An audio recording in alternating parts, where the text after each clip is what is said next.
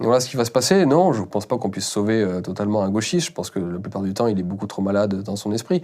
Moi, ce que j'aimerais, et apparemment certains gauchistes sont d'accord avec ça, c'est qu'à la limite, nous fassions sécession, qu'on acte totalement que nous n'avons plus rien à voir, que nous ne sommes plus en accord quant au futur que nous souhaitons pour nos enfants, et qu'ils construisent leur comédie, lapsus révélateur, leur paradis communiste ou socialiste ou multiculturel quelque part, et qu'ils nous laissent vivre ce que tous les pays du monde vivent d'ailleurs et ont le droit de connaître, à savoir une homogénéité et un droit à la continuité. Hein. C'est Ortega y Gasset qui disait que la continuité devait être un droit de l'homme. On ne peut pas vivre sans esprit de continuité.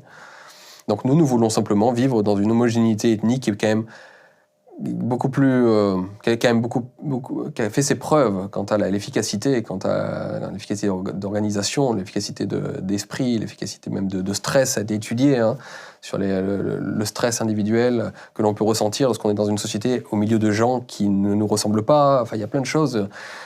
Tout ça a été étudié, mais même il y a des choses incroyables que j'ai vues chez Joseph Henrich, par exemple, qui montrent qu'on étudie bien mieux, on apprend bien mieux auprès de gens qui nous ressemblent, ethniquement parlant. Et ça a été étudié chez les Africains, notamment. Pas seulement chez les Blancs, tu vois. Donc, il y a tout un tas de facteurs et d'éléments qui nous invitent à penser qu'il faudrait quand même retrouver le plus possible des sociétés cohérentes. Il ne s'agit pas de pureté absolue, mais au moins cohérentes, c'est-à-dire avec un principe majoritaire qui est respecté, sur le plan ethnique et culturel,